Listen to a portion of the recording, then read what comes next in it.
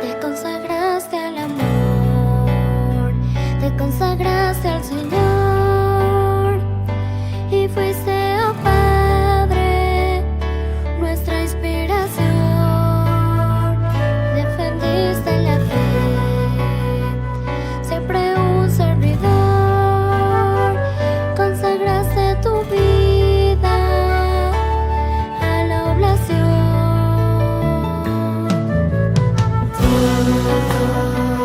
Por amor de Dios, por amor de Dios, todo por su amor. Todo por amor de Dios, por amor de Dios, todo por su amor. Mato bella,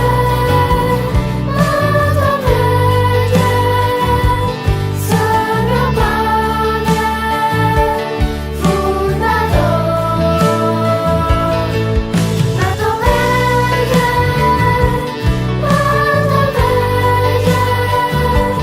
Sagra Padre, fundador.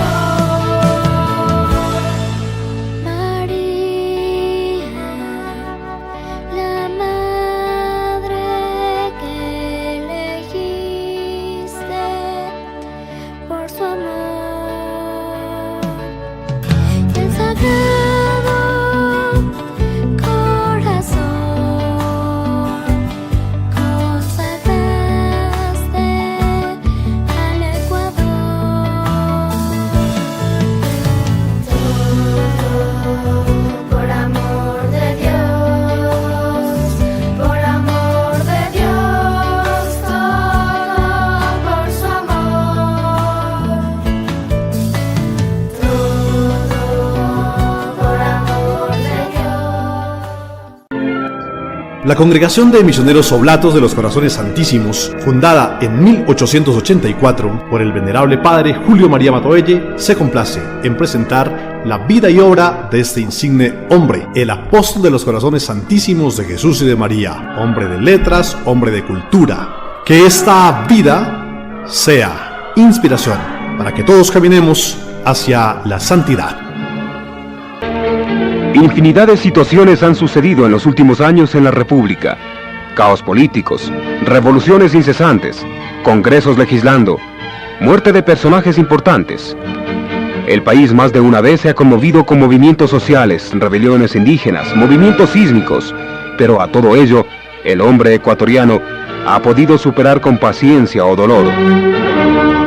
Pero hay en el espíritu de Matoelle un acontecimiento que, a pesar de tener toda la importancia que se le ha dado, no logra concretarse en forma efectiva. Por eso, ahora que conversa tranquilamente con uno de sus amigos en Quito, su mente recuerda hechos y personas que han intervenido para la frustrada hasta entonces construcción de la Basílica del Voto Nacional. Debo contarte, querido amigo, que después de haber conseguido del Congreso de 1883 la asignación económica para levantar el templo y que el arzobispo Ordóñez me pidiera tomara yo a cargo el proyecto, el obispo de Cuenca se negó a dejarme salir de la ciudad y hasta ahora se empeña en que mi lugar está allá y no aquí en Quito. Vaya prelado, no ha cedido ni un ápice. Cuando no tenía salida alguna el plan, Monseñor Ordóñez tuvo que viajar a Europa y allá en Roma conoció al padre Víctor Huet, superior de la Orden de los Misioneros del Sagrado Corazón. Con él llegó a un acuerdo. Huet enviaría a algunos sacerdotes para que se hagan cargo de la construcción. Me habías contado que llegaron, pero no lograron hacer nada en concreto. Se dedicaron a trabajar en el sagrario y poco a poco se fueron olvidando del compromiso que les había hecho venir al país. Por otra parte, el plano enviado por el padre Chavalier, de la misma orden de religiosos, tenía mucha imaginación y muy poca practicidad. ¿Y puedes decirme cómo era? ¿Lo viste alguna vez? El propio monseñor me lo mostró. Imagínatelo. Era un templo en forma de corazón, con sus respectivas capillas también en forma de corazón. Los arquitectos opinaban que el proyecto de estilo gótico no convenía para estas tierras andinas, siempre propensas a los terremotos. ¿Y entonces qué hicieron? Terminaron el contrato. Prevaleció la opinión de los arquitectos Smith y Menten. Ellos le habían ofrecido terminar la basílica en 29 años, si les proporcionaban 1,000 pesos mensuales para gastos de la obra. Y si les daban 2,000, ellos estaban seguros de entregarla terminada en apenas 12 años. Pobre arzobispo, debe haberse sentido ahogado por tantos compromisos y necesidades. Estaba cansado y preocupado. Me decía entonces: creo que Dios pide nuestros propios esfuerzos, sin intervención de ninguna comunidad extranjera. Además, me confió que en su conversación con el Papa había planificado la construcción de una universidad católica que funcionaría adjunta al templo, para lo cual el Santo Pontífice había ofrecido conseguir profesores europeos de mucho prestigio. ¿Una universidad? ¡Qué magnífico proyecto! Fue por entonces que comencé a pensar en que mi congregación era muy pequeña y que para que subsistiera posiblemente era necesario fusionarla con alguna congregación francesa de mayor estructura y prestigio. ¿Pensaste en unir a los oblatos con otra comunidad? Vamos, cuéntame. Sí. Eso fue en 1888. Recuerdo que...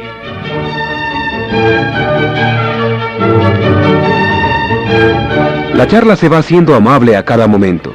Entre los dos amigos se entabla una corriente de recuerdos y datos que Matovelle va depositando en su amigo y satisfaciendo su curiosidad. Le cuenta de los pasos preliminares que tuvo que hacer para enterarse de la existencia de la Orden de los Sacerdotes del Sagrado Corazón de Jesús de San Quintín, radicados en Francia. Su superior es el padre León Deon, y con él comenzamos a tratar los problemas inherentes al paso que pensábamos dar. ¿Y esa orden tienen los mismos propósitos que los oblatos? Sí, muy parecidos. La reparación de las almas consagradas a Jesús y su santificación, como la nuestra, que es conseguir el reinado social de Jesús en las naciones, comenzando desde luego por el Ecuador. ¿Y no tuvieron discrepancias? Hubo algunas, pero logramos superarlas y llegamos a un acuerdo. Vendrían de Francia 2 sacerdotes de San Quintín para encargarse de la formación de los novicios en Cuenca, y de nuestra orden irían 2 postulantes a San Quintín a coronar sus estudios. ¿Y a quiénes mandaste, Julio? A ninguno, debido a la escasez de dinero. Pero creí entonces que podría hacerlo con la ayuda de Dios. Ahora recuerdo, Julio. Fue entonces cuando Monseñor Ordóñez volvió a pedirte que te hicieras cargo de la construcción, ¿verdad? Así fue. Coincidió con los trámites con los franceses.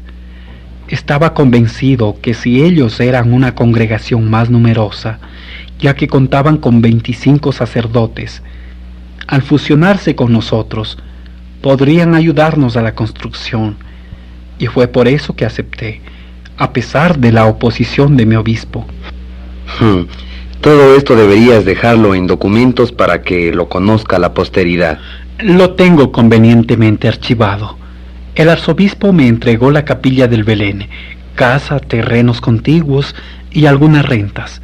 Debíamos por nuestra parte radicarnos en Quito, en un número no menor de 3. ¿Y los padres de San Quintín? Llegaron, supongo. Claro que llegaron.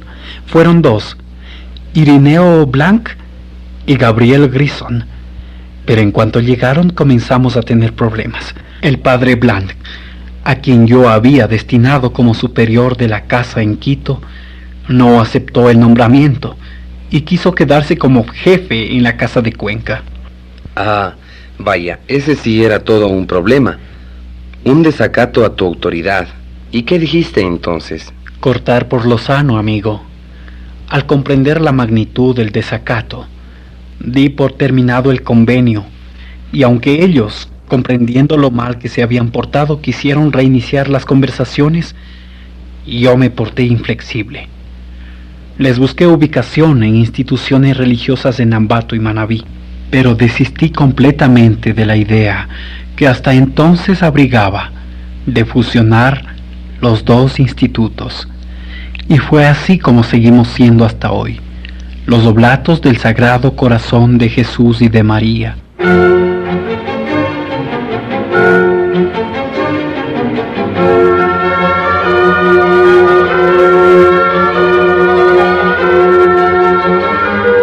El plano del edificio fue trazado definitivamente por un ingeniero contratado por Monseñor Ordóñez en 10,000 sucres.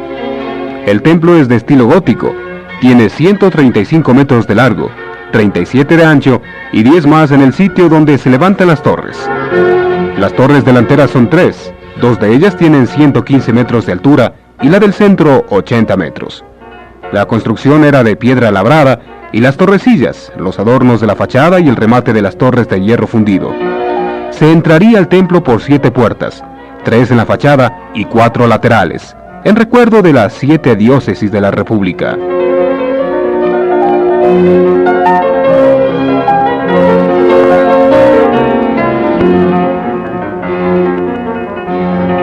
Otro día, fueron ambos amigos a visitar a un respetuoso parlamentario liberal, a quien Matovelle consideraba mucho.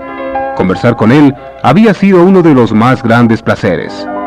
El sacerdote cuencano no solo era el colega parlamentario de encendido verbo, sino también su compadre, ya que lo hizo padrino de uno de sus hijos. Oh, bienvenido, reverencia. ¿O es mejor que le diga bienvenido, compadre? De ambas maneras me siento muy en su casa, compadre. Usted ya conoce a mi paisano Benito Rodríguez. Mucho gusto, doctor. Me alegra volver a verlo. En la época de las sesiones del Congreso lo he visto siempre acompañándolo con... Así es, así es. Siempre viene a verme, a ayudarme en sus tribulaciones y a compartir los pequeños triunfos que hemos tenido en el Parlamento. Pequeños. Vaya modestia, compadre. Es usted quizá el único que siempre asiste como representante de la SUAY. Consigue todos los proyectos que presenta, las leyes que desea. Por favor, siéntense.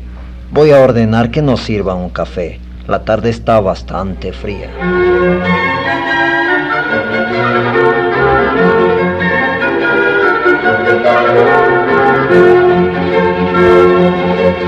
La casa del parlamentario liberal, cercana a la iglesia de Santo Domingo, está adornada con un jardín muy bien cuidado, en el que pasa agradables horas de descanso el propio jurisconsulto, atendiendo tanto los rosales como los frutales. Un coro de pájaros siempre multicolores y cantarinos le obsequian con sus trinos. Después de un momento, las 3 personas se encuentran conversando de los más variados temas. Siempre me digo, compadre, no volveré a tomar parte en este ridículo barullo, que entre nosotros se llama política. ¿Cómo quisiera repetir como Fray Luis de León? Qué descansada vida la del que huye del mundanal ruido y sigue la escondida senda por donde han ido los pocos sabios que en el mundo han sido. Ha prometido no participar, pero lo ha hecho, doctor. Así es, amigo. Pero aún sin quererlo, de pronto me encuentro metido de nuevo en el laberinto de la política. 200 veces he tomado la resolución de no tomar parte en los asuntos políticos y otras tantas veces me he retractado.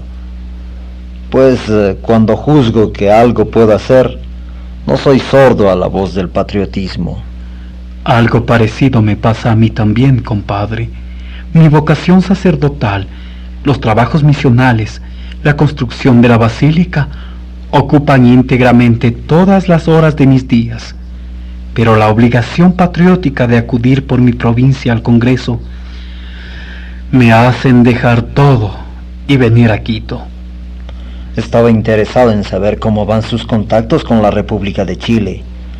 para efecto de fundar allá otra casa de los Oblatos, padre. Ah, Chile, Chile, Chile. Pues eso ha quedado en nada. Y no sé si para bien o para mal. No lo entiendo bien. ¿Qué fue lo que sucedió para que fracasara ese proyecto que en un momento lo mantuvo tan ilusionado? Pues sucedió que las cosas comenzaron con el ofrecimiento de un sacerdote ecuatoriano, el padre Eleodoro Villafuerte. Tiene construido un edificio en la Villa San Bernardo, sureste de Santiago. Su intento era establecer allí una sociedad para honrar al Santísimo Sacramento. Me ofreció dar en propiedad el edificio si me decidía a mandar a mis oblatos a fundar allá ese centro de adoración al Divino Amor. ¿Y él se comprometía a hacer todos los trámites de cesión y la subsistencia para su congregación? Sí, absolutamente todo. Además contaba con la aprobación del arzobispo de Santiago, Monseñor Casanova. Todo marchaba bien y envié a 2 de mis sacerdotes, el padre Maldonado y el padre Valencia, un diácono, un minorista y 2 hermanos legos para formar allá el primer núcleo oblato en Chile. Pero una vez instalados allá, sucedió lo inesperado. Aquí se comentó que fue una intervención política lo que determinó la salida de los oblatos. Así fue. Lamentablemente no tuvo cautela el padre Pozo y cometió un error. Dios santo. También en Chile hay censura para los sermones, cosa que aquí no sucede desde Ventimilla. El dueño de casa instigó al padre Pozo para que hablara en el púlpito sobre una acción conspirativa contra el presidente Balmaceda. Enseguida se desató una persecución contra el padre Pozo, que no hubo más remedio que traerlo de regreso al país.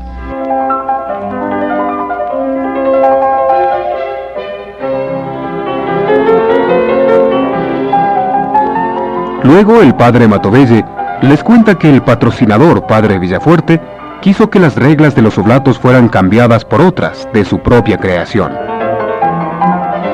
Fue así como las relaciones se enfriaron a tal manera que hizo imposible el establecimiento de la congregación en Chile, y todos tuvieron que regresar a nuestra patria. Y ese ecuatoriano, me refiero al padre Villafuerte, ¿quién es? ¿Vive allá mucho tiempo? Es quiteño y fue desterrado por Ventimilla a Chile. Es autor de libros piadosos como La vida de la venerable Madre Mercedes Molina, fundadora de la Congregación de las Marianitas. Pero la cosa no termina allí. Con lo relativo a Chile, otro religioso estuvo interesado en que los oblatos se quedaran en Santiago. Así fue.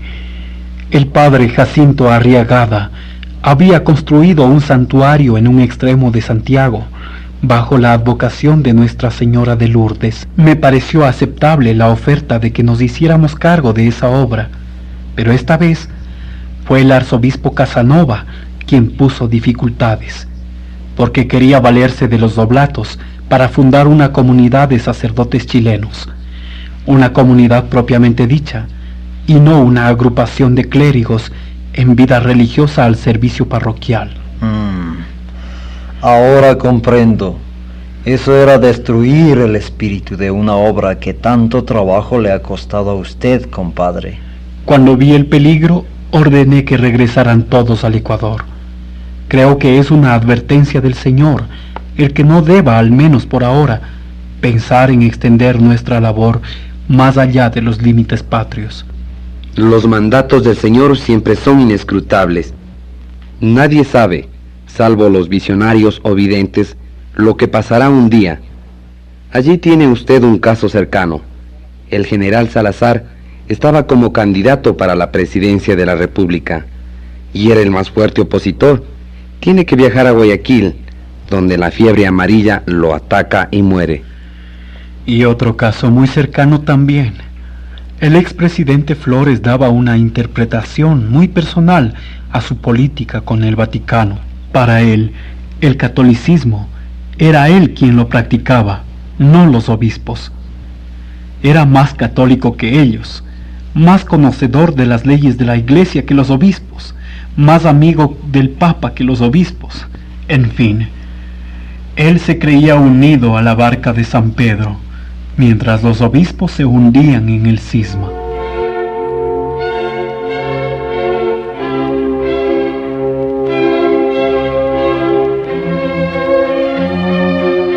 La humeante taza de café frente a cada uno de los amigos que han hecho un paréntesis de sus trabajos para disfrutar del descanso, pone un tono cálido en la conversación. La historia personal como la del país es comentada entre ellos. Afuera, la noche está cayendo suavemente y el viento cordillerano empuja a los habitantes que se dirigen a sus casas. En el jardín de la casa del parlamentario liberal, los árboles susurran canciones vesperales y los pájaros se refugian en sus nidos hasta el amanecer.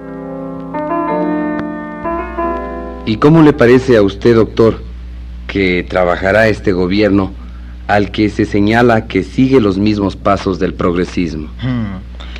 El doctor Cordero, inteligente como es, ha tratado de captarse las voluntades de amigos y enemigos, formando un gabinete de concentración, pero hasta ahora no lo ha conseguido plenamente. La Iglesia está vigilante, compadre. El doctor Cordero es un buen cristiano, no es sectario, pero a veces su tendencia es demasiado liberal. Hay que considerar que la Constitución de 1883 ha sido reformada excesivamente. Vea usted, se ha implantado la pena de muerte aún para los delitos políticos. La libertad de prensa no es tal, siempre hay censura eclesiástica. Y hasta la Inquisición ha vuelto a nuestras playas. Allí tenemos el caso del doctor Felicísimo López, que por criticar las exageradas pastorales del obispo de Portoviejo, Schumacher, ha sido excomulgado por este. Monseñor Schumacher es un buen amigo mío. Tiene un carácter muy dinámico y creo que si ha procedido así, sus motivos tendría. Pero Esmeraldas mandó precisamente a López como su representante al Congreso. Y mi compadre aquí presente, junto al diputado Castillo, pidió la expulsión del recinto legislativo del doctor López. Recuerdo que esa sesión quedó para la historia, especialmente por la actitud de Monseñor González Suárez. Fue un acto de tributo romano. A pesar de que el repudio de sus coidearios, González Suárez se negó a dar su voto y abandonó la sesión como señal de reproche a lo que se trataba de hacer como la libertad individual. Y allí fue donde ardió Troya. Recuerdo también que esa prensa que usted, compadre, dice que está censurada, la prensa liberal, se lanzó contra los que votamos para que López no participara en el Congreso. Se habló de la tiranía de la sotana, de la servidumbre a Roma, de la supremacía de Roma sobre el cuadernito de la Constitución de la República. Era una obligación. Todavía recuerdo parte de su texto.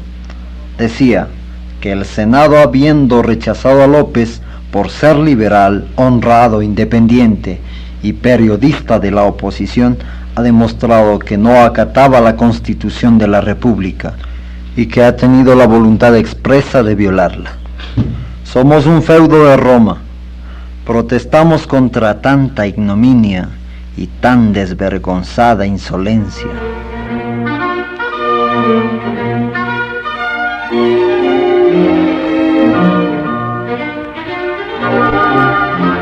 Los recuerdos de las violentas sesiones del Congreso al que habían acudido los dos parlamentarios volvían al presente en la voz de sus propios hacedores. Varias tazas de café han sido servidas durante la visita. Los ánimos se han acalorado a veces debido a las posiciones contrarias de los dos legisladores. Pero el aprecio y la consideración que se guardan hacen que todo se diluya en el respeto y la amistad. Me acabo de enterar que ha fallecido hace días el historiador Pedro Fermín Ceballos. Lo supe esta mañana y lamenté mucho. También él fue parlamentario hace años. Y su trabajo sobre la historia del país ha sido bien aceptada. ¿Ha escrito una historia? ¿Cómo se llamará? Resumen de la historia del Ecuador, desde su origen hasta 1845. Me enteré que Monseñor González Suárez fue quien le llevó el viático. Pero hay algo más. Me comentaba alguien que escuchó al propio Monseñor que cuando le insinuó que debía confesarse para el tránsito final, el anciano Pedro Fermín le respondió: sí, que me traigan el viático, pero con música y pompa. Y cuando González Suárez le preguntó ¿para qué lo quería así?, él replicó: para que lo sepa todo el mundo que el herejazo de Ceballos ha muerto católico. Creo que es un buen historiador.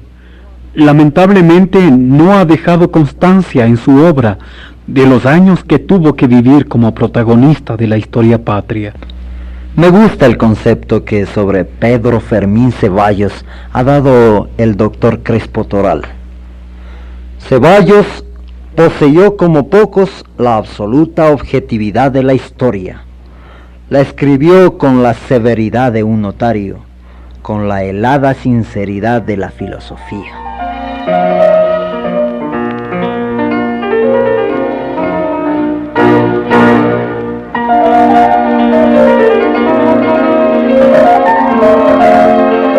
Después de una semana más en Quito, el padre Matovelle regresó a Cuenca, acostumbrado ya al tránsito por los caminos de la patria. Esta vez le fue más placentero el viaje, aunque la ansiedad por llegar a su tierra y a su obra le hacían devorar las distancias con la imaginación. Nuevamente desfilaron ante sus ojos las ciudades serranas, los tambos, los hospedajes. Su mente iba embebida en problemas de gran trascendencia: la instalación y progreso de las Madres Oblatas, su más reciente creación, la comodidad y amplitud que deseaba para la casa de novicios, la atención a la parroquia de la Merced que tantas horas le quitaba a su sueño. Cuando ya se encontró instalado entre los suyos, se sintió nuevamente feliz. Oh, qué paz. Qué tranquilidad se aspira aquí. El aire me parece más transparente. El paisaje, esta casa, el rostro de todos mis compañeros, más amable. Reverencia, tengo para usted una noticia terrible. ¿Ha pasado algo malo? ¿Qué es, padre Corral? Hace 2 días falleció en Quito el arzobispo Monseñor Ordóñez. La noticia deja paralizado al padre Matovelle, mientras la angustiosa voz del padre Corral se va hundiendo en el llanto. El fundador de los Oblatos se lleva las manos al pecho, como si un dolor repentino le hubiera acosado el corazón. Da unos pasos lentos, sin dirección fija, tratando de que su cerebro dilucide lo que ha sucedido con el amigo, a quien en meses pasados había dejado lleno de vida en la capital. Por su mente se suceden una gran cantidad de imágenes, en las cuales el ilustre fallecido toma forma tangible. Santo Dios, qué cosa más terrible ha sucedido. Ha muerto el amigo, el batallador por la fe. Ha quedado el rebaño sin su pastor. Reverencia, debe sentarse. Está usted muy pálido. No podría sentarme en este momento. Es mejor que vaya a la capilla a rezar. Hay mucho que rezar, más que por él, que fue un hombre justo, por nosotros, que nos hemos quedado huérfanos de su afecto y de su palabra.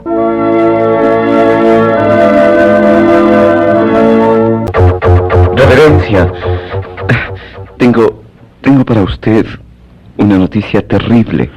¿Ha pasado algo malo? ¿Qué es, padre Corral? Hace 2 días falleció en Quito el arzobispo Monseñor Ordóñez.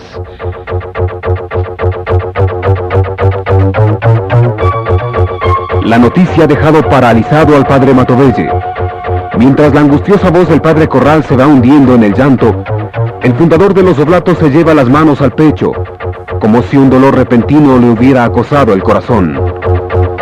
Da unos pasos lentos, sin dirección fija, tratando de que su cerebro dilucide lo que ha sucedido con el amigo a quien en meses pasados había dejado lleno de vida en la capital.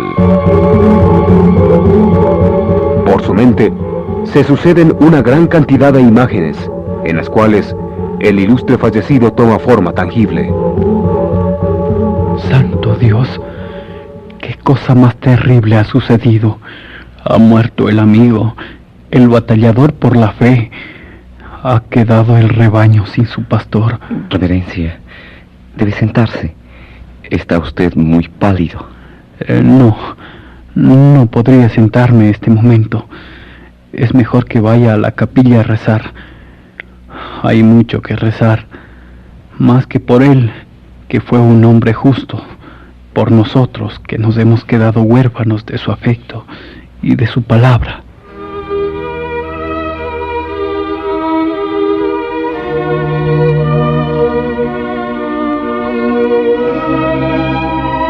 Monseñor Ordóñez había nacido en Cuenca en 1829. Estudió jurisprudencia y luego se ordenó como sacerdote. Asistió a las cámaras del Parlamento por 5 veces. García Moreno apreciaba su talento y lo quiso para el arzobispado de Quito, pero la asamblea, llamada por el concordato, no consiguió la mayoría de votos necesarios. 9 días después, en Cuenca, Matovelle, todavía bajo el fuerte impacto de la infausta noticia, celebra la oración fúnebre en la catedral de la ciudad. La vida de un hombre en este mundo es como la aparición fugitiva de un meteoro. Sale de la nada, muéstrase un momento y luego se oculta en las tinieblas del sepulcro. Una de aquellas apariciones momentáneas de la vida acaba de pasar por los horizontes de nuestra república. Pero no de aquellos que dejan tras sí el olor a azufre y fosforescencias siniestras como de infierno, sino de aquellas otras que nos traen recuerdos del cielo y perfumes suavísimos del paraíso. Uno de estos fieles siervos y guardianes de la casa del Señor fue aquel por quien acabamos de ofrecer al Altísimo la hostia de amor y propiciación, el ilustrísimo y reverendísimo arzobispo de Quito, doctor José Ignacio Ordóñez y Lazo, cuya vida puede resumirse así. Es indudable que el Ecuador, arrancado súbitamente de las fauces del liberalismo y de la revolución y organizado como nación sincera y sólidamente católica, ha sido un fenómeno de nuestro siglo, tanto que todos los verdaderos creyentes, así del antiguo como del nuevo mundo, han bendecido a Dios por ello. Para esta obra colosal, eligió la providencia divina a un magistrado de dotes singulares, genio penetrante y preclaras virtudes, el nunca bien llorado señor García Moreno. Pero puso también al lado suyo, dentro y fuera de la iglesia, auxiliares poderosos, hombres señalados por su diestra, y uno de ellos fue el ilustrísimo señor Ordóñez.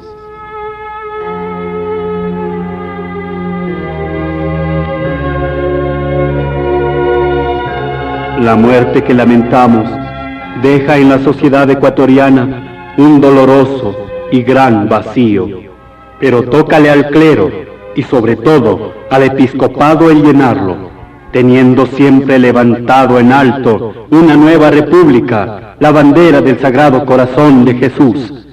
La vida en este mundo es un combate. Aquí y allá caen revueltos en la batalla ya el soldado oscuro, ya el ilustre general. Pero Dios no muere. No han de ser, pues, estériles lamentos, sino un ardiente y nuevo entusiasmo por el bien, lo que ha de producir en nosotros el ejemplo de aquellos de nuestros conciudadanos que parten de esta vida llevándose un nombre justamente distinguido. El episcopado y el clero del Ecuador, continuando la obra de su último arzobispo, han de trabajar infatigables por mantener incólume y extender más y más el reinado divino del Sagrado Corazón. De este modo, la Iglesia ecuatoriana será en medio del mundo católico como el ángel del Apocalipsis que atraviesa por la mitad del cielo, llevando en sus manos el Evangelio eterno para predicarle a los moradores de la tierra, a todas las naciones y tribus, y lenguas y pueblos, diciendo a grandes voces: temed al Señor y dadle la honra que le es debida, porque venida es la hora de su gloria.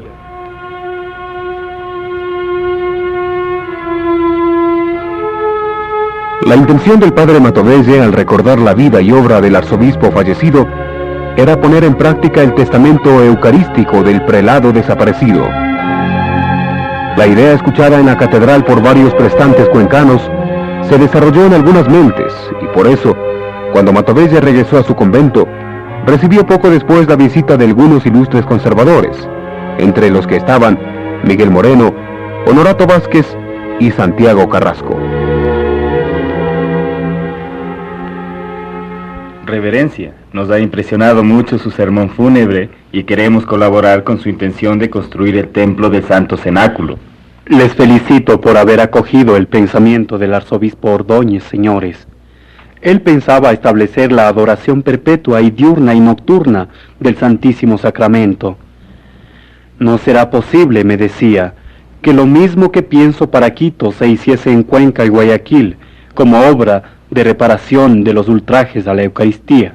Estamos conscientes de lo que ello representa, padre, y quisiéramos que usted nos dirija en una campaña en toda la provincia para llevar a feliz término esa piadosa y necesaria idea.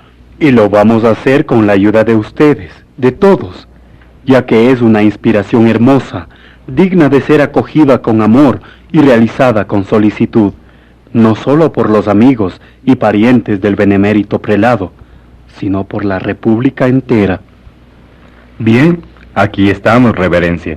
¿Cómo cree usted que debemos comenzar a trabajar? Ya insinué en mi oración fúnebre que todos los cuencanos, así como los deudos del arzobispo, hagamos una suscripción general para levantar la capilla destinada al culto de la adoración al cuerpo del Señor. Así tendrá ejecuciones en mandato de amor en el lugar mismo en donde vio la luz primera, la inolvidable, esa luz, el arzobispo, promotor de tantas y tan excelsas empresas eucarísticas. Contamos desde luego con la colaboración de su comunidad, padre. Sin lugar a dudas, todos nosotros estaremos en primera fila. Entonces haremos una campaña completa, todos, grandes y chicos, pobres y ricos, todos colaboraremos en alguna forma a la construcción. Creo que tenemos ya al arquitecto. El hermano Steele, de la Congregación del Santísimo Redentor, se ha ofrecido a hacerlo. El óvulo debe ser popular. Cada familia entregará el dinero que pueda para financiar la obra, ya que es tan difícil y aún lejana la construcción de la Basílica del Voto Nacional en Quito. Aquí en Cuenca levantaremos nosotros la capilla del Santo Cenáculo, dando ejemplo al país de nuestra piedad y fe. Deberemos tener también publicaciones que informen al público de la forma como trabajaremos, que incentive a todos a la colaboración. Creo que quien debe presidir esta organización debe ser usted, doctor Moreno. Estaba pensando que sería una designación acertada nombrarte a ti, querido Miguel. Acepto el reto, siempre que en ningún momento me falte el apoyo de ustedes, señores. Entonces, manos a la obra. Los oblatos saldremos a las ciudades y pueblos a pedir las limosnas, al acarreo de piedras para los cimientos. Igualmente, haremos mingas para el transporte de ladrillos y madera, y hasta creo que podremos, a pesar de nuestra pobreza, consignar unos 3,000 sucres. Mañana vendrá el hermano arquitecto para que usted le dé las ideas, para que él conciba el diseño de la capilla, el estilo, la forma. Queremos que usted lo supervigile todo. Muy bien, señores. Dios nos bendice. Nos ha colocado en el surco para iniciar la siembra. Mañana esperaré al hermano Steele para ponerme de acuerdo con él.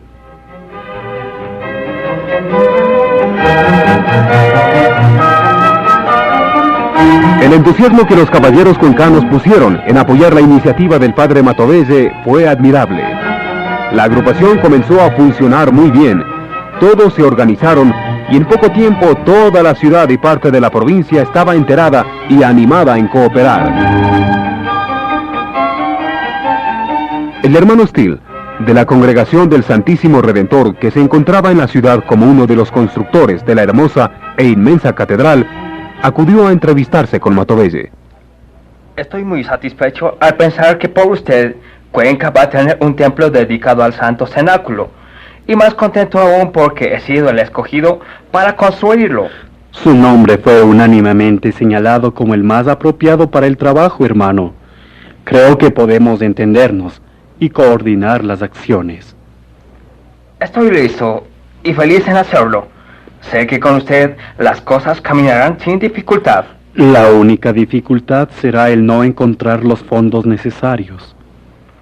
La campaña ha enfervorizado a todo Cuenca. Sí, padre. Ya verá usted que pronto tendremos todo el dinero para el material y los obreros. El pueblo ecuatoriano es un pueblo piadoso por naturaleza. Ama a Dios, a pesar de los que quieren arrebatarle su fe. Bueno, quisiera escucharle cómo tiene usted pensado que sea la capilla. Sí, ya le voy a decir cómo. Así como el estilo, las dimensiones y la forma. Lo tengo anotado en este papel. Mire usted. Le voy a confiar algo muy íntimo, padre.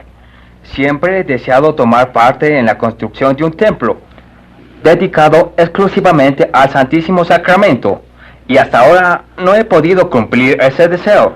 Pues aquí tiene usted la oportunidad tan deseada. He dirigido la construcción y he hecho los planos de muchos templos dedicados a la Virgen Santísima en sus diferentes advocaciones, al Sagrado Corazón de Jesús, etc. ¿Dónde los ha construido, hermano?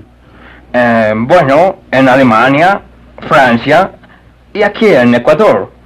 Pero hasta ahora no he hecho un plano para una iglesia dedicada al Santísimo Sacramento, como tan vivamente lo he deseado. Voy a trabajar con todo mi gusto el plano que usted me pide, reverencia. ¿En cuánto tiempo cree usted que estará listo?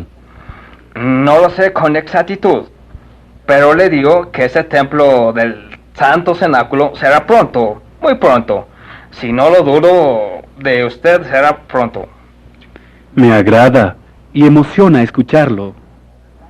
Al contrario, la catedral en cuya construcción estoy ahora ocupado, no sé cuándo se acabará. Y otra cosa, padre, el plano del Santo Cenáculo será la última obra de esta clase que haré en mi vida.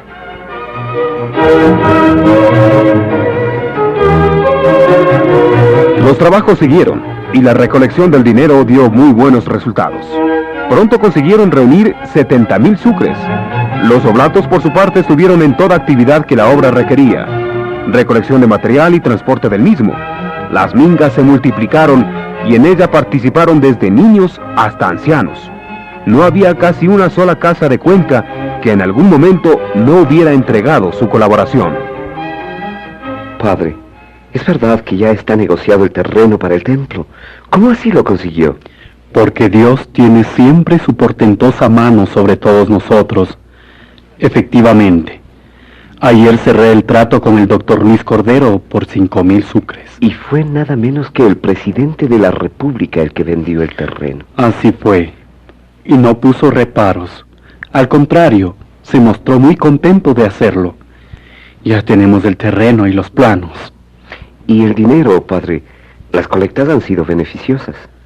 Pero desde la semana pasada falleció el hermano Steele. No he dejado de meditar en lo que aquel me dijo la primera vez que vino a verme. Eran 3 predicciones que se han cumplido exactamente. ¿Predicciones? ¿Cuáles fueron, reverencia? Que el templo del Santo Cenáculo se haría pronto, muy pronto, y estamos viendo que se está realizando en corto tiempo. La segunda, que la catedral de la ciudad demoraría algunos años todavía, y eso a pesar que cuenta con fondos suficientes. Y la otra, la más dolorosa, me dijo que el plano de este templo del cenáculo sería el último que él trabajaría, y ya lo hemos visto. Enfermó y falleció la semana pasada.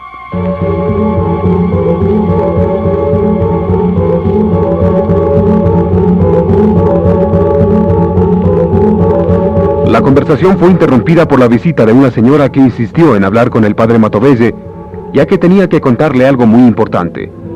Tanto el padre Arriaga, que salió para resolver un asunto de la parroquia, como el padre Corral, que acudió a sus labores de director espiritual con las Madres Oblatas, dejaron solos al padre Matovelle con la señora que había pedido ser recibida. Perdone que le moleste, reverencia, pero siento necesidad de contarle una visión que tuve anoche. No la entiendo y es posible que usted le encuentre explicación.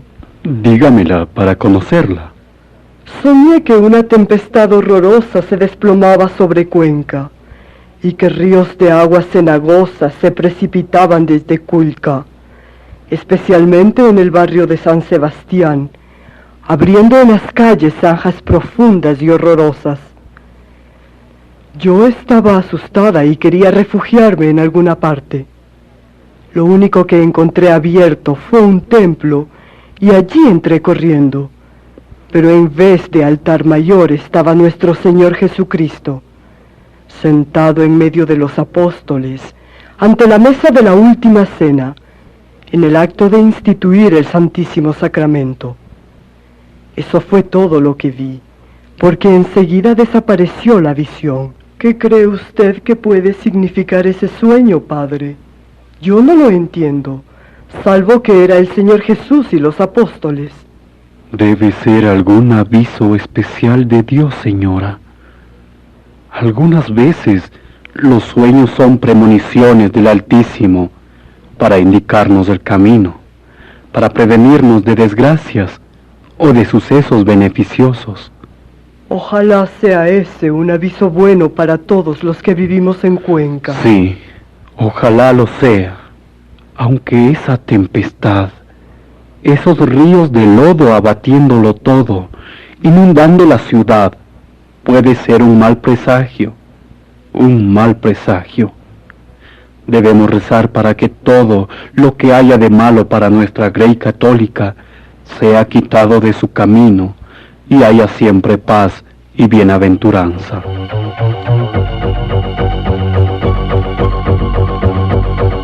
Esa visión que tuviera entonces aquella señora piadosa la recordaría años más tarde el padre Matovelle, cuando Eloy Alfaro atacara Cuenca. Los 3.000 hombres que formaban su fuerza ingresaron precipitadamente por Culca. Se combatió un día y una noche en los barrios occidentales de San Sebastián, dejando a su paso una tempestad de sangre. Para entonces, el templo del Santo Cenáculo estaba en plena construcción. Bueno, padre, ya le he molestado con mi visita. Pero antes de irme, quisiera saber qué fecha es la escogida para la colocación de la primera piedra del templo. Ya está elegida. Será el día de Corpus Christi, el 24 de mayo. Las ceremonias de ese día guardaron un esplendor emotivo como sencillo. Después de la procesión por las calles de la ciudad con la concurrencia de numeroso pueblo, comunidades religiosas, cabildo de la catedral y personeros municipales, alumnos de colegios y congregaciones piadosas, el padre Matovelle se dirigió al público. La carne divina de Jesús es para las naciones instrumento, canal y fuente de todas las gracias. Mi carne es el pan que yo daré para la vida del mundo. He aquí por qué la Sagrada Eucaristía, que es el sacramento del cuerpo adorable del Señor, es la reina del mundo.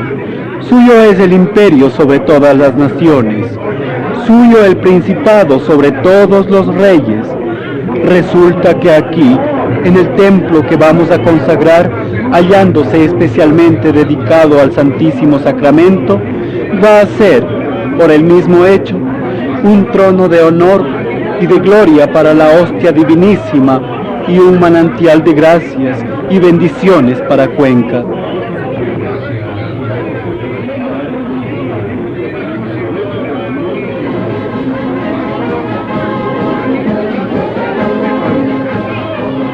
En Cuenca, el 24 de mayo de 1894, en la festividad de Corpus Christi, siendo sumo pontífice de la Iglesia Católica el Santo Padre Papa León XIII, Luis Cordero, presidente de la República, administrador apostólico de la diócesis de Cuenca, el reverendísimo doctor Benigno Palacios, y gobernador de la provincia de La Suay, el doctor Benigno Astudillo, se colocó la primera piedra del templo intitulado del Santo Cenáculo, por estar dedicado al Santísimo Sacramento.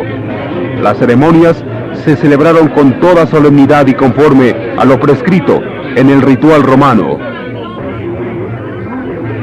Mientras en Cuenca los oblatos eran el motor de construcciones magníficas dedicadas al culto y también del mantenimiento del espíritu religioso entre numerosas congregaciones piadosas de hombres y mujeres, en el país las cosas iban cambiando de manera bastante perceptible y en cierta forma inquietante.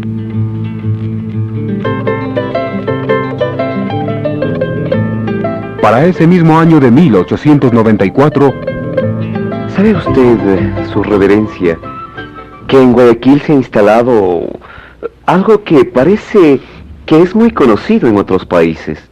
Un juego de suerte al que llaman lotería. ¿Lotería? ¿Y cómo funciona? No lo sé bien, pero me explicaban que se venden números y que al sortear semanalmente se obtiene premios, si es que coincide el número que sale con el que uno ha comprado. Vaya, y serán muchos miles de sucres los que se entregan. Creo que sí, hasta 1000 sucres parece. La lotería la va a administrar la Junta de Beneficencia de Guayaquil. Me enteré que ya en Cuenca va a haber una fábrica de fósforos. Dicen que va a dar trabajo a muchos obreros y que dentro de poco va a ser fácil conseguir cajitas de fósforos a pocos centavos. Ah, este año ha sido lleno de novedades. Con decirle que hasta luz eléctrica van a instalar en Cuenca. No, en Guayaquil, Quito, Latacunga, Ambato, Riobamba y Loja. Hasta en Loja, y no en Cuenca. ¡Ah, qué injusticia! Ojalá pronto tengamos aquí también el beneficio de la luz eléctrica. Menos mal que estamos aquí. Venga, padre, hay que proceder con prontitud y cautela. ¿Qué ha pasado, reverencia? Algo muy grave, y va a traer muchas consecuencias impredecibles. Tengo noticias de que en Quito y Guayaquil hay manifestaciones contra el gobierno, y hasta se dice que el doctor Cordero tendrá que renunciar a su puesto. ¿Renunciar? Pero, ¿qué ha sucedido en el gobierno? Las noticias todavía no son muy claras, ni completas, pero hay una cosa cierta. Se ha producido un negociado con la bandera nacional. ¿Negociado? Pero padre, no entiendo nada. Todo el país está enterándose recién, pero Chile vendió al Japón, que está en guerra con China, un barco llamado Esmeralda. Como Chile no había podido hacerlo sin comprometer su neutralidad, se valió del Ecuador para que la nave viajara bajo nuestra bandera. Santo Dios, eso es traición a la patria. Eso es lo mismo que repiten todos. Especialmente el liberalismo ha aprovechado este grave incidente para capitalizar el descontento. En Quito, la muchedumbre pasa gritando frente al Palacio de Gobierno: «Presidente, ¿qué has hecho con la bandera?». Santo Dios, la situación es sumamente grave entonces. Demasiado. Los datos los iremos teniendo en los días siguientes, pero parece que el gobierno está condenado a caer. Y lo que tanto temíamos sucederá. El liberalismo tomará el poder y Alfaro irá a la presidencia. Que Dios nos proteja. Hemos presentado El Heraldo de Dios. Producción y dirección John Herrera. Coordinación general Luis Supliquilla y David Rambay. Libretos Álvaro Sanfélix.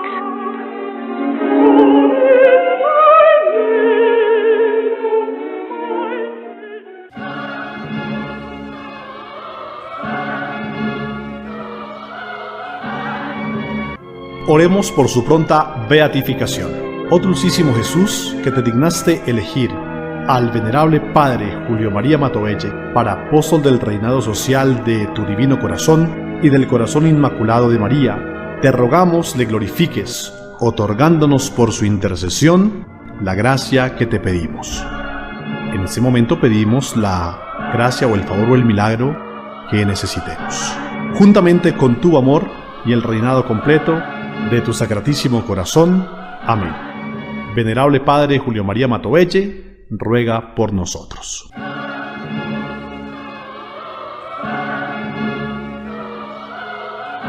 Los invitamos el día de mañana a la misma hora a este encuentro con el Venerable Padre Julio María Matovelle.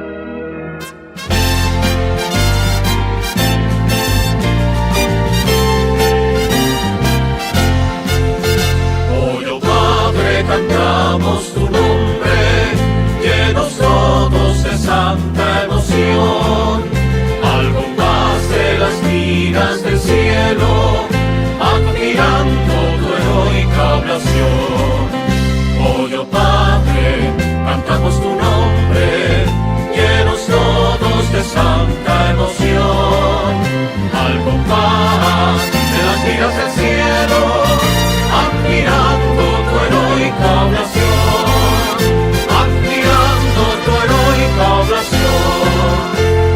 Oh Padre, cantamos tu nombre, llenos todos de santa emoción, al compás de las liras del cielo,